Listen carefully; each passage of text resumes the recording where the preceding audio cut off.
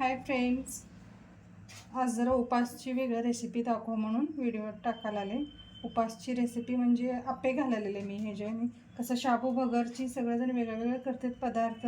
मी पण आज आप्पे करणार आहे. आज कसं पण चतुर्थी आहे, अंगारिका चतुर्थी बायकां करून घेतात आज आप्प्याचं. ते डोसा घालतात, कोण बोंडा घालते, काय पण करू शकतात रेसिपी. कसं नुसतं ते खिचडी शाबू खिचडी भगर ते कंटाळा आलेलं असते, थोडंसं टेस्ट वेगळं छान लागते म्हणून करून दाखवलेलं. साहित्य बघा, कोथिंबीर, दही आणि थोडं मिरची आणि जिरा. मिरची मी एकदम कमी घेतली, आमच्यात कमी खाते तर जास्त खात नाही म्हणून मी एकदमच एकच मिरची काढून घेतलेलं आहे.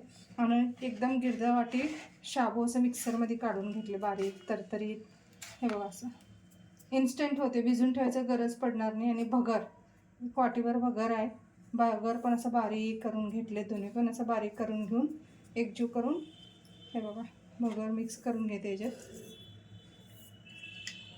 कसं बायकांना सगळ्यांना सगळं करून घालायचं होतं, स्वतःसाठी करून घ्यायचं म्हणजे लय कंटाळा येते, कोण करून खाणार. मग हे कमी इन्ग्रेडियंट्स होते आणि पटकन होते, टेस्ट पण छान लागते. तेवढंच आम्हाला पण खायला चेंज वाढते. आपल्याला काय पाहिजे आपणच करून खावं लागते.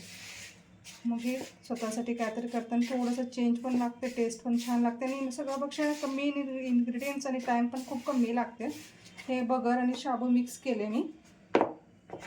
आणि एक अर्धी वाटी दही. दही म्हणजे कशाला इन्स्टंट आहे म्हणून दही घालालेले मी, पटकन व्हायला पाहिजे ना. मग ते दही, जिरा, हिरवी मिरची आणि ताजा कोथिंबीर.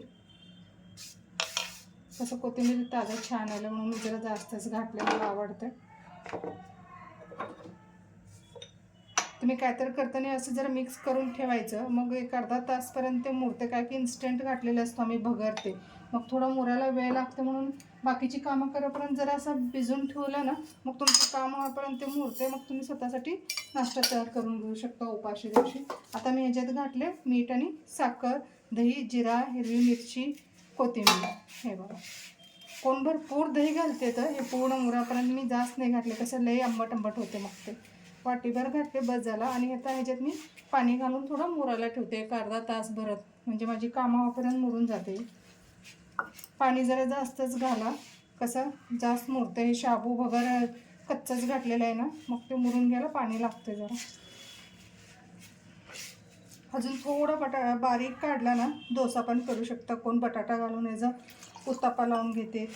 हे बघ, खूप छान लागते इन्स्टंट. म्हणजे खास बायकांसाठी कसं करून घ्यायचं होत नाही आम्हाला. मी आता त्याच्यात घातलेलं होते साखर आणि मीठ.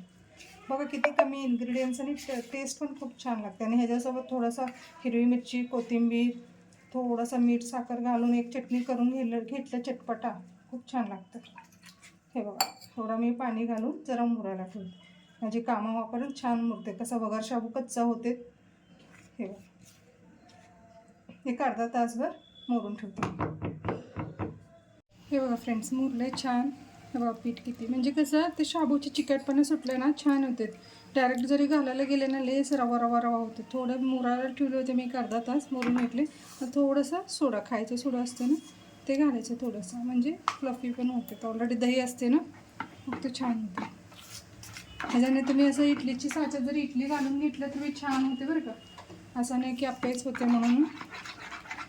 एवढंच की थालीपीठ पायासारखी पाहिजे तर ह्याच्यात बटाटा घालावा लागतो, डायरेक्ट होत नाही. झालं तर असं चिकट चिकट होते.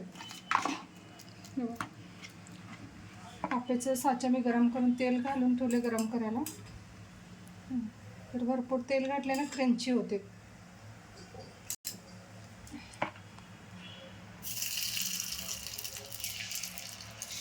कसं पाहिजे तसं घालून घ्या. जाडसर पाहिजे आप्पे असं जाडसर घाला, तर कोण असं एकदम पातळ घालतात, म्हणजे आतमध्ये कच्च्या उरतात म्हणून.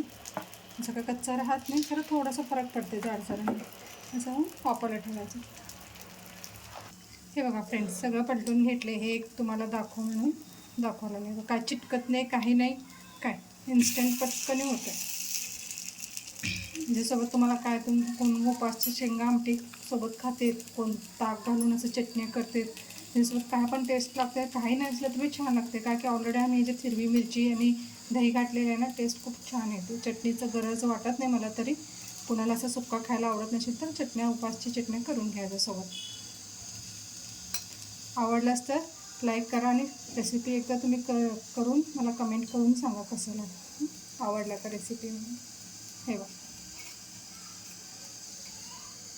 चिटकत नाही, काही नाही.